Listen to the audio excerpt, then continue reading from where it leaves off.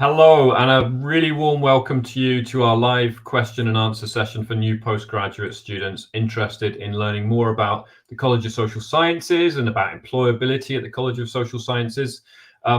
Within our college, we actually deliver employability through something called the College Employability Programme. And we're really lucky today. We have one of our alumna here, Valeria, and she's going to tell you more about her experiences of developing her employability skills within the college and also taking part in our College Employability Programme. I'm Dickon Copsey, and I'm actually from the student experience team here in the College of Social Sciences at the University of Glasgow, and obviously delighted to welcome you to this live session. I know we've got new students, potentially new students joining us from across the world today, so it's lovely that you can join us today. In fact, why don't you post into the chat? Post into the chat where you're actually joining us from. It would be great to hear where you're from, whether it's Glasgow or Timbuktu. Post that into the chat so we can see all of the places that you're joining us from. We're going to be live with you for around 40 to 45 minutes, and our plan is to provide you a bit of an overview of employability at Glasgow and of our employability programme. And I'm going to be asking Valeria, who's joined us now, some questions about her experiences of the programme and also her developing employability skills through her time here. But we would also really love to hear from you. So please do post your questions into the chat as we go through, and we will get through as many of your questions as we possibly can.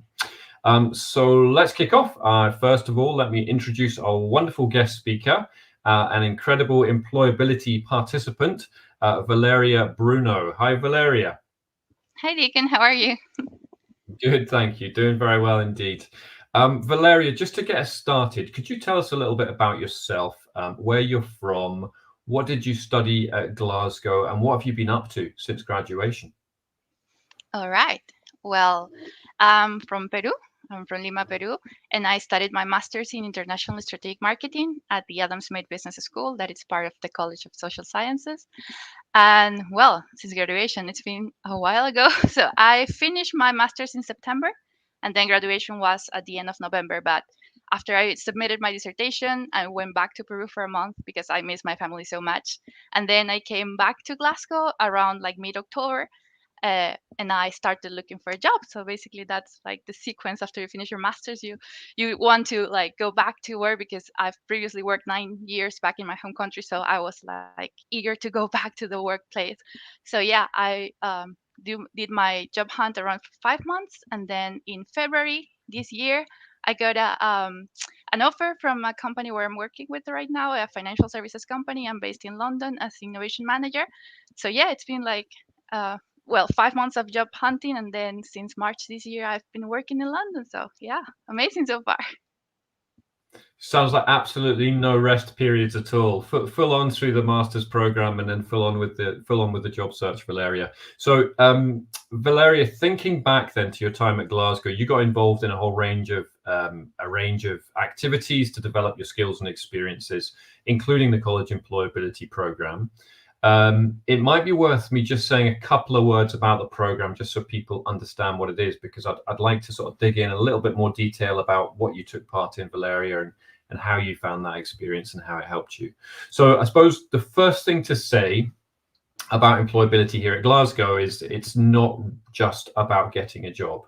Now, Valeria, you've been successful. You've gone out there, you've gone through the masters, and you've secured a job, and that's fantastic.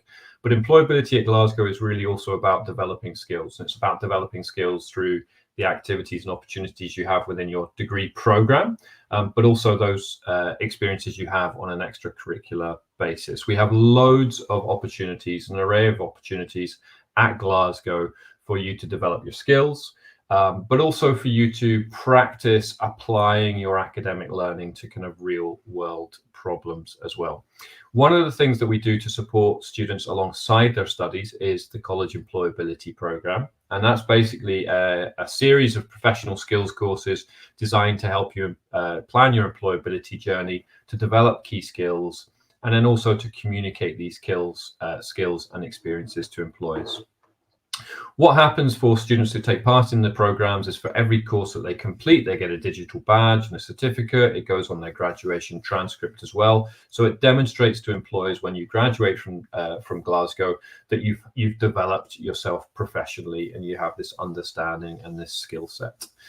Our courses cover everything from presentation skills and group work to writing policy briefs and industry briefs, conducting collaborative research with external organizations. And we even have courses that are much more focused on communicating your skills and experiences to employers. And Valeria is going to talk about a range of these that she got involved in while she was here. Maybe just to kick off, Valeria, then, could you tell us a little bit about what inspired you to get involved in the College Employability Programme, and why do you think other students should take part? All right. Well, long story short, it was my second semester in the uni, and I took an optional course called Strategic Marketing Consultancy. So as part of that course, they recommend us to take 2 courses that are part of the College Employability Program. So I took the practical presentation skills and from group work to teamwork. So those were like my entry to this like whole of range of courses that the CEP has. And I took them as part of my course and I love them. And I say, okay, these are not the only 2, there are more. So then I start exploring, and out of the 10 courses that are part of the portfolio, I took 8 out of those 10. So, and I think every student at UofG should make the most out of their time there. And part of that, making the most out of their time, is taking these kind of courses because, one, they're free. You don't need to pay more for these. They're excellent resources because the information is so up to date. You can apply the theory to the practice because you need to develop some exercises that you upload to Moodle, and you receive real feedback from the tutors that are amazing. Like, all of them are so friendly. So basically, it's an extra curricular learning experience that will help you not only during your time in Glasgow, but also once you finish uni and you want to go back or go to the workplace, or perhaps you want to continue a career in academia. But these kind of courses are helpful no matter what your path will be after graduation. Thanks so much, Valeria. Now, listen, I'm not going to get you to list all 8 of the courses that you took part in, but if you had to choose, Valeria, which of the courses would you say that you found most useful, most helpful? Oh, difficult choice, Deacon, because all of them were amazing. But if I have to choose one that really helped me after graduation, was the LinkedIn course. So basically, I came from Peru. My main language is Spanish, and my LinkedIn was in Spanish. So my dream was to find a job here in the UK. So first of all, I had to translate all my experience for many, many years to English. And then that was not enough because there's a way of how LinkedIn should be made, and that all those kind of tips and recommendations are given in the course. So I follow through all the modules, and for each part of the LinkedIn, I receive feedback from one tutor, and that was amazing. So, for example, okay, this is your headline, this is your about section, this is how you need to describe your experience and your bullet points or your achievements. And there's also a way to like write down that. For example, I remember the CAR or the STAR method, for example, context, action, and result. And then you need to have to put achievements and how did you improve, I don't know, X process. That's because I came from a work experience, but it doesn't matter if you're just starting your career. For example, I created my LinkedIn 12 years ago. I feel old now. 12 years ago, when I started my first internship back in my home country. So at that time, I created my LinkedIn profile, and you must say, but Valeria, which person are you going to add to your network if you're just starting your career? And basically, at the beginning, were only my classmates, but then my lecturers, and then the people in my first in the first internship I had. So little by little, you start growing your network, and now I have more than 2,000 connections of people that I have known through all these 12 years. So yeah, basically, it's never too early to start building your personal brand, your online like footprint, and LinkedIn is part of that.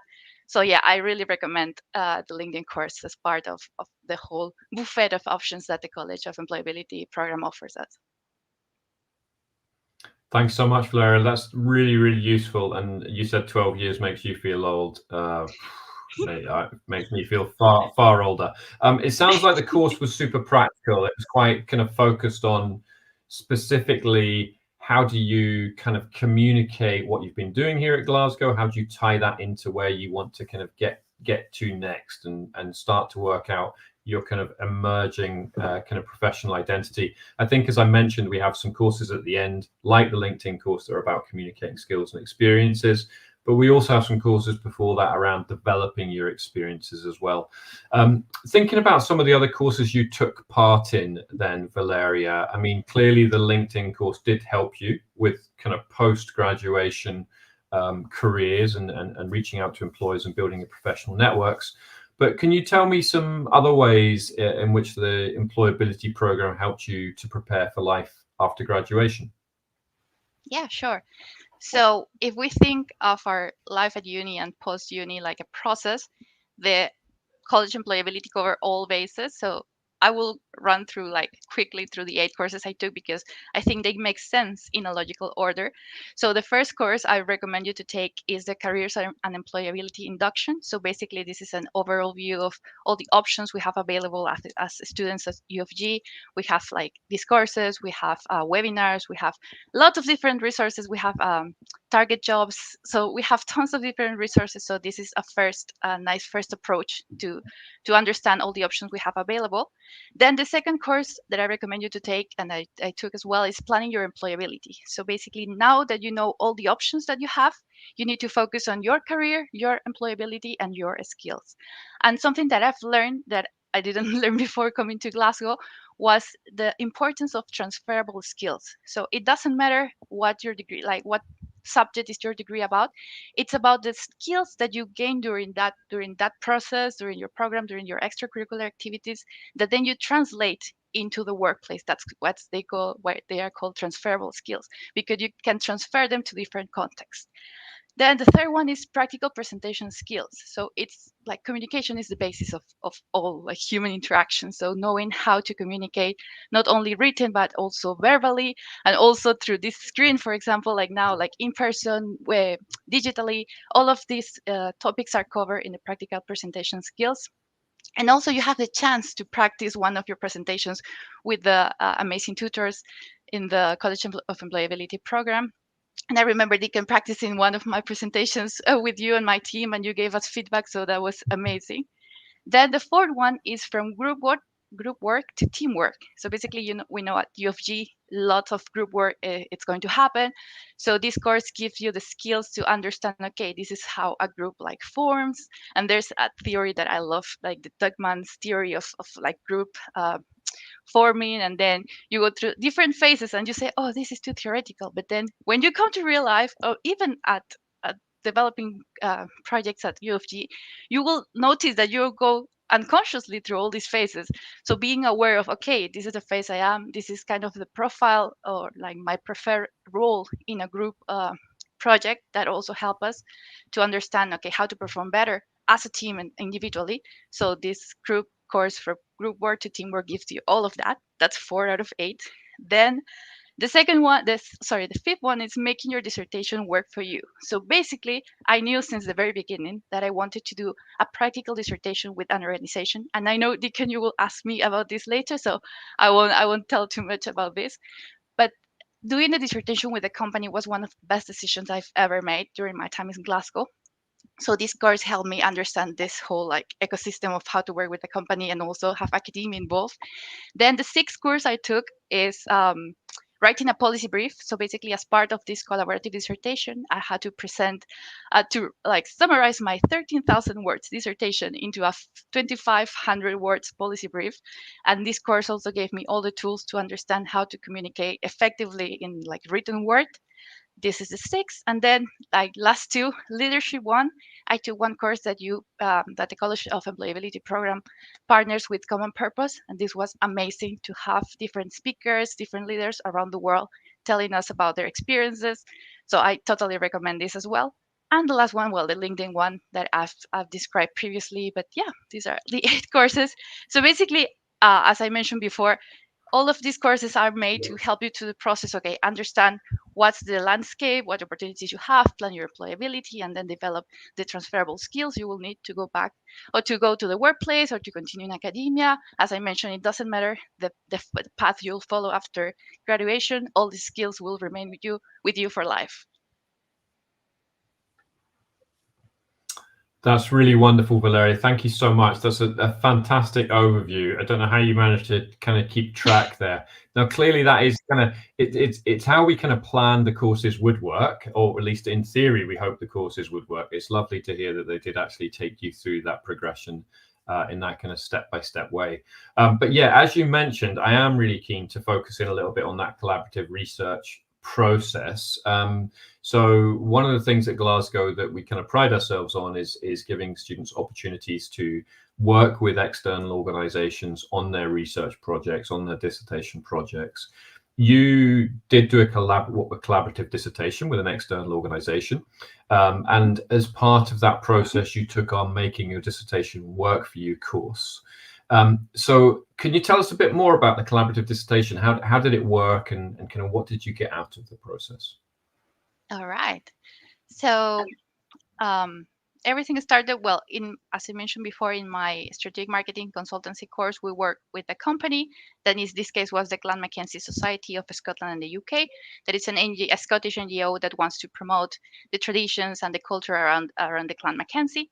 So we covered that in that course, but I felt okay, I can help them more. And also I told myself, okay, if I'm going to invest my whole summer, 3 months of hard work in doing a dissertation, I rather make something more like practical that will have an impact in the real world, in this case to help an organization.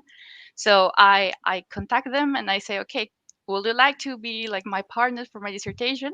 But don't worry, if you don't have an organization, if you take the course, you'll have access to a database of all the companies that are willing to work with students, like undergrad and postgrad students. So the company site is covered, the demand is there. So you need to be like the supply for that demand if you want to take this path.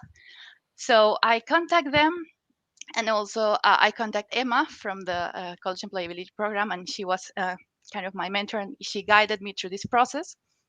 So Emma helped me, and she told me, okay, this is how the relationship will work, because it's like a trilogy. You are the student, then you have your dissertation supervisor. In my case was Dr. Andrea Bochaga. She was really nice, and she understood this kind of trilogy. And in the third place, we had the company, the organization. In this case was, in my case, the Clan Mackenzie Society. And also thank you so much to my 2 mentors. I had 2 mentors like Donald and Howard Mackenzie. And if your surname is Mackenzie, or you know a Mackenzie, let them know too that a society exists. So basically, this whole process, okay, these are the rules. This is how the student needs to have this relationship with the company, but also with academia. And just a fun fact, I think in my program we were 130 students, and I think I was the only one that took this collaborative dissertation path, because one, I had previous work experience and I was eager to like put hands on and do something that will have impact in an organization. And because I didn't want to do 100% theoretical dissertation, but I asked some professors, and they were kind of worried for me to take in this path, because they say, but you're in academia, and academia needs to be academic. If you work with a company, what if the company wants you to work 100% for them and you forget about academia? But we won't give you your degree if your dissertation is not academic enough. So I had to find that balance between solving an organizational problem and then having obviously a theory, and how my dissertation will contribute to the body of knowledge, because that's basically what we want to do, like take a step further the body of knowledge of the area we're focusing in our dissertations. So yeah, it was a 3-month process. We signed an agreement between the organization, my dissertation supervisor, and me, and the process went like really fast, but it was amazing. I did a qualitative dissertation, so I had to do interviews. I did 12 interviews, and the mentors that I had in this organization helped me with the recruitment, because my niche was very specific. I need to interview Gen Z and millennials that had the surname Mackenzie. So basically, they had some members that were Mackenzie and they were John Mackenzie. So they helped me to reach them, and also I had to do some recruitment outside the organization. But yeah, I totally recommend this, because I think I helped them. I think they're like the things that I came up, the recommendations and the conclusions for my dissertation will help them as an organization. And also, I've learned a lot about Scottish clans. That was also the purpose. I'm in Scotland, in a Scottish university. I wanted to do something about Scotland. um, and yeah, it's a very like interesting process. I know it's a bit of extra work compared to a typical theoretical dissertation, because after that you need to do the policy brief, and this is where the doing your dissertation and policy brief courses matches, because that's the second step. And you can tell me, yeah, Valeria, but that's extra work. I'm like overwhelmed enough with my normal dissertation, but this is like completely like mind blowing. And also the fact that if you tell your future employers, hey, I did a dissertation with a real organization, this is how I connected theory with practice, that's like 100% uh I don't know, it's 100% chances that your future employer will say, okay, this person has studied and knows how to connect theory and practice. And that's basically what future employers want. They don't want to know, okay, that theory that said blah blah blah, okay, how can you use that theory in the real world to give me some solutions to help me with my clients, to help me increase sales. So yeah, I totally recommend that uh, collaborative dissertation as a like viable and really fun path to pursue. Thanks so much, Valeria. It's really, really interesting. And I mean, I think it's very true. You did take an extra step and you did make that extra effort, but it clearly paid back for you as well. And like many of our master's students, you come into the University of Glasgow looking to enhance your employability and often to transition out into the workplace at the end of the master's program. So actually having that dissertation, not just as an example of how you can apply research methods to a research question, but actually as an example in the policy brief that you talked about, an example of how you can apply that academic learning to real organizational problems, in this case, the Clan Mackenzie Society, is a great calling card, and it's a great conversation starter for employers as well. So I think that's a really useful reminder to think not only about the things like the extracurricular experiences like internships that we have many of at the University of Glasgow, but actually your academic studies themselves can be a great place for you to actually demonstrate your applied skills, your ability to really understand what's going out there in the marketplace as well. So thank you so much for that. That's really, really interesting. So big encouragement there for anyone thinking of coming to University of Glasgow to think about doing a collaborative dissertation. Definitely 2 thumbs up for that. So one of the other assessment types, okay, alongside the collaborative dissertations that we use a lot at Glasgow is group work. And if I'm totally honest, students don't always necessarily look forward to assessed group work. And there are lots of reasons for that. But you did some group work here at the University of Glasgow, Valeria. You took our group work to teamwork course. Could you tell us a little bit about the kind of course? You mentioned Tuckman's theory of team formation before, but a little bit about the course and maybe how it impacted on your group work experiences at Glasgow or after Glasgow. Mm-hmm. Sure. So, well, first of all, we all know that coming to Glasgow is coming to a multicultural, like, academic environment, and I had a classmate from all over the world. So it's different when you come from one culture and you need to interact and to develop some work and projects with different cultures. There you have different like native languages, but English is the thing that connects you all. So this course from group work to teamwork gives you that understanding of how to deal with a group project, how to face these multicultural communications, because all like most of UofG were from all over the world. So, and something that I really remember about the course is that they give you through the modules and they told you, okay, to have an effective teamwork, you need to work on 3 things. That it's the CPR: the communication skills, project management skills, and relationship building. So basically, the course take you through with examples and very like didactic exercises and the feedback from the tutors. So basically, by the end of the course, you'll have developed these 3 types of transferable skills. So basically, communication, as I mentioned, is the key for any interaction. Then project management, what's the definition for project? Is an effort that a group puts into a task that has a start date, an end date, and basically that's our life at UofG. We have projects, we have like submissions to do. So that's also another topic covered in the course. And the final is relationship building, because we work with people. So you need to understand, I won't say like psychologically speaking, how like people interact, but basically like as a human being talking to another human being, how to build those relationships, and how that network that you start doing at UofG will grow, and then will perhaps in the future will help you, or you can help someone else that you met at UofG, because that's life. It's like everyone is interconnected.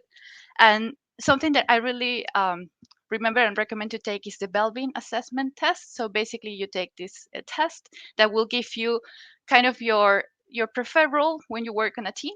And this test has two parts. So the first part is a self-assessment. So this is how I think I perform in a team. But then the other amazing part of the test is that you have a link that you can share, I think, with four other people. So I share with my some classmates, and I say, can you please fill this like question thinking about my performance when we work in groups?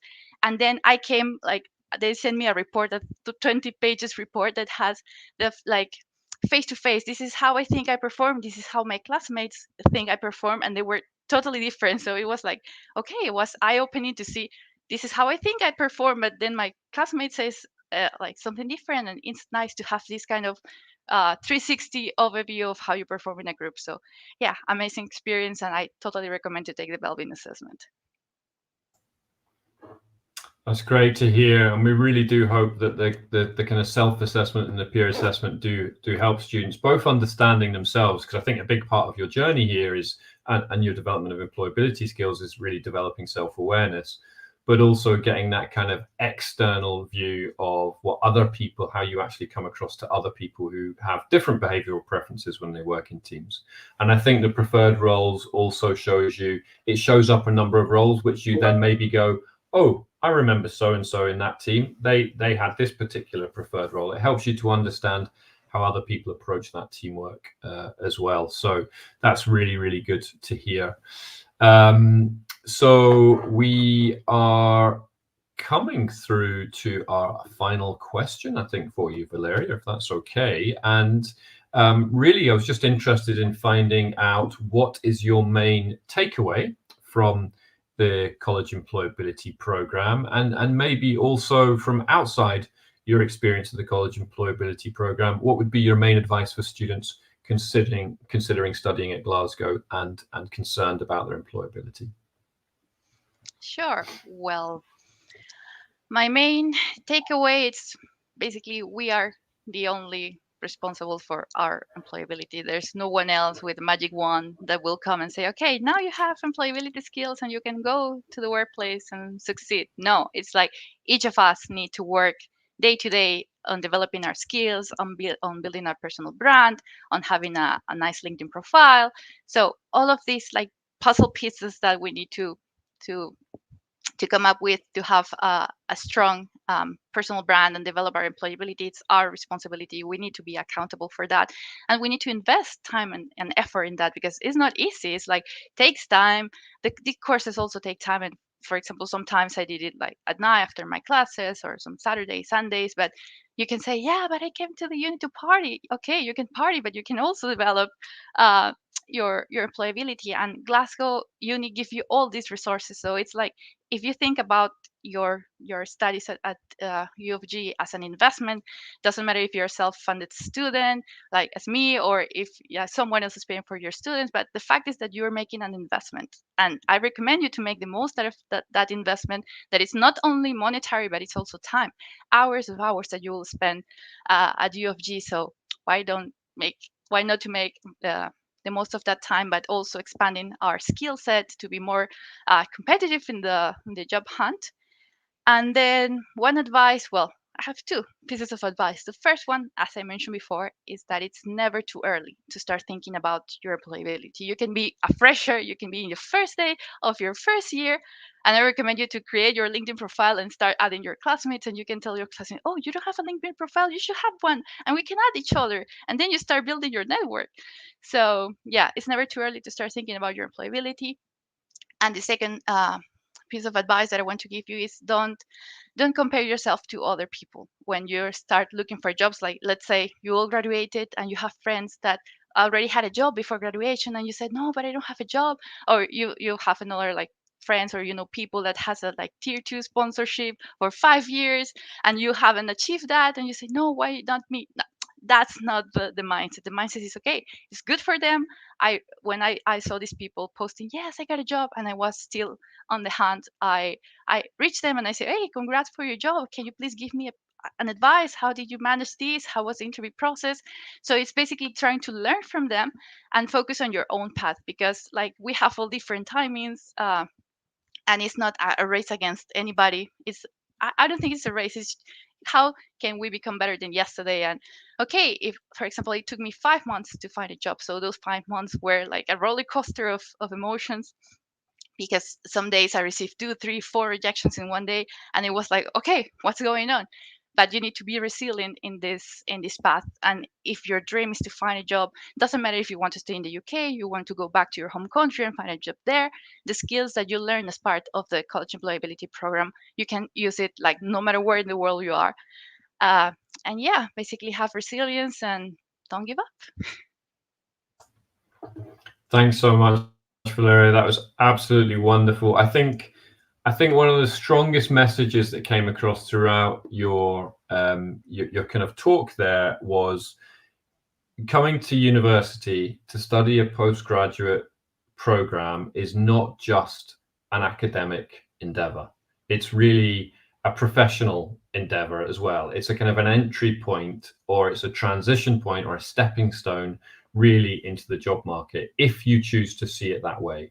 And taking that ownership yourself for your journey, for your employability journey, for how you make the most of it and how you develop those professional skills and focus on the professional skills while you're here, is so super important. And really, as you say, you are in the driving seat. It really is up to you to do that. So I think hopefully that's a useful message for people thinking of coming and studying a postgraduate degree at any university. This can be an amazingly positive transition into the world of work, but you need to approach it in a certain way, and you need to really proactively engage with the opportunities that are there for you to develop your employability skills and your kind of professional experiences as you go along. Really, really interesting. Thank you. You also made a couple of references to our alumni. We have at least 130,000 alumni on LinkedIn at the University of Glasgow. And one of our jobs in the employability team is to really kind of try and put you in touch with some of those networks when you're coming through. And some of our courses specifically help you to think about how you can tie in with those networks. So Valeria, you getting in touch with people who've got jobs. Again, that's something that we really want to support our students coming through, so they can see other people who've gone through maybe 1, 2, 3 years just ahead of them, and how they achieved their kind of goals, and sharing that best practice. And typically our alumni, like you, Valeria, are amazingly gracious and really keen to stay in touch, and keen to help current students as well. So that's really, really important. I'm going to try and answer some of your questions now, or between Valeria and I, we're going to try and answer some of your questions. But just to say that if you do want to get in touch with the employability team at Glasgow, we do have some web pages. They've been coming up as we've been going through, and you can also see just on the screen just now a contact for the student employability team. So you'll see all of our profiles and our contact details there. So please do get in touch if you have any questions at all about any element of your employability at Glasgow. So a couple of questions, and one of the first questions that I was going to try and answer was one of our students, and this is from Michaelis, thinking about the possibility of taking a year, the most usual paths of employability in your field as a politics student, open to non-UK options too. So thank you very much for your question. Really, really interesting one. So typically at Glasgow, we group politics and international relations into a group. And our undergraduate students, I mean, to be fair, they go on to a whole range of careers, but often our politics students will go into areas including communications, which might include public relations or even public affairs, potentially with a political angle. Some of our students will go into more specifically politics related careers, as well. And that could be anything from being an elected representative, and many of our politics students have gone on to become MSPs and MPs, but also to become researchers in politics, or even to work for political think tanks as well. And then more broadly, the communications elements of politics as a degree program have also led some of our students going into more commercial areas, such as marketing as well. And sometimes that's marketing in private sector organizations, sometimes that's marketing in charitable organizations as well. So media, communications, politics specifically related careers are often routes for our politics students, alongside think tanks and NGOs. So a real broad range. Often your dissertation is a great point for you to start thinking about what are your main areas of interest, and to start thinking about where you might target some of your applications post-graduation. Do feel free to fire in any more specific questions if you want to follow that up. I think, Michaelis, you possibly had a second question in there, and that was, you were thinking of taking a year off to pursue a postgraduate job before going for a master's. Would you advise against that? I mean, I suppose your first question, wherever you are applying, whether it's Glasgow or anywhere else, is to make sure you're accepted for a master's program. And if you are accepted for a master's program, then often you'll have the opportunity to defer entry. So you could potentially do that. I mean, I don't know. I mean, Valeria may have something that she wants to feed in here as well. But I suppose from my perspective, you are, as an undergraduate student, tied into the kind of the academic environment. You have relationships and contacts potentially with your lecturers and staff within politics. So there is an advantage. There is a simplicity and an ease of transition that comes from moving straight from the undergrad into the postgrad. There is also the opportunity that you will have a further qualification. A lot of employers aren't necessarily particularly interested in you if you're looking for a job for 1 year. Most of the time, employers who are looking to invest in you, to train you, to possibly bring you through a graduate training program, are looking for a much longer term investment. So from that point of view, I would say that there's probably some advantages in going straight into a master's, or going into a graduate job and seeing where things take you, seeing whether you decide to come back for further study, or whether you don't actually feel that you need to come back for further study at a later stage. But I do think if you're applying for a graduate level job, employers will be looking for a longer term commitment, and it'll be very difficult for you to sell yourself if you're really just thinking about a 1 year process, 1 year of working. Having said that, if you wanted to go off and travel the world and do something constructive in a different field, then that might well be something that was relevant. Valeria, any thoughts from you in terms of the kind of taking a year off before master's program, between undergrad and master's? Well, to be honest, I took 9 years between I finished my undergrad and I started my master's because, well, when I'm from in Latin America, we usually do our master's around our 30s. So basically, you finish your undergrad and you start like internships, and then you find a job, and then you gain as much experience as you can in the workplace, and then you come back to academia to to try to find answers to all those things that you learn in the workplace. And that's what I also took, like kind of 9 years between my undergrad and my master's, because I have 9 years of rich knowledge of the workplace. And then when I came to the classroom again, I could apply, I could participate and put on the table some of the examples that I've lived through my professional career. And I think I make the most out of my master's, because I could ask the lecturers, okay, but in the real world, this happened to me in a project, blah, blah, blah. So I think having that previous experience before going to a master's, it's amazing, because you can like connect the dots, if you know what I mean. So yeah, I think both ways are advisable, are depends on like daily sorry, on an individual basis, how you want to perform. For example, if you're going to finish your undergrad and want to go straight to the masters, that's okay. But if, like me, you finish your undergrad, you want to gain some experience on the field, on the workplace, and then come back to academia to apply those knowledge and to have more, I think you have richer discussions and conversations when you can bring some of the real stuff you've lived to the classroom. So yeah, I think both ways are valid. But my recommendation, I love having all that background, all that experience that I can take to the discussion with my teams, with my lecturers. I ask questions that in another context I wouldn't be able to ask because of all the things I've learned. Thanks so much, Valeria. That's really great. So I think, and hopefully I'm not putting words in your mouth here, I think if we can synthesize our two answers there, I think if you have an idea for a graduate job, if you want to apply for something and throw yourself into the graduate job market, we would say that would be a really useful thing to do. And it may well be that at a later stage, possibly not a year, but a longer period than a year, at a later stage, that you might then decide to take that experience to help you choose a master's program and to come back in and really harness that. So that could work well. Similarly, you could go straight from your undergrad into the master's program and take your academic learning and your familiarization with the academic environment, and that might make the transition a little bit more smooth. So it's probably somewhere between a kind of 3 to 5 year plan, going out into the job market and then coming back, or going straight from undergrad into the master's program. Another quick question here. After completing master's, could you please shed some light on how I can increase my employability prospects?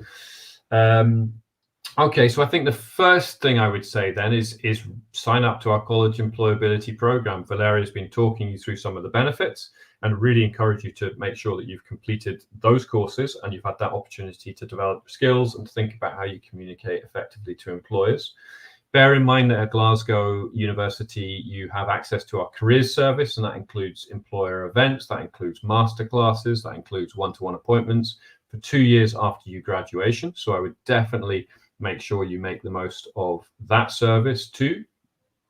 Also, I would suggest that you think about some of the alumni. So if you have come through the Glasgow undergraduate route, start looking at our alumni that are available on LinkedIn and making some connections there as well.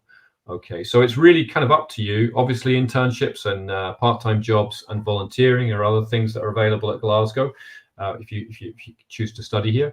So those kind of things will give you valuable experience as well. So hopefully overall today, we've been able to give you a bit of an insight into how we support employability at the College of Social Sciences. Valeria, thank you so much indeed I know you've got very, very busy days in your job and you're working extremely hard. So thank you so much for taking the time out and sharing some of your insights. It was really, really useful. No, thank you. And for the invitation. No, thank you. No, it's been lovely to see you again, and lovely to kind of hear a little bit more about your kind of experiences. Thank you everybody for joining us, and hopefully that was useful for you. And we've shared all of our links, so please do follow those links and try and find out a little bit more.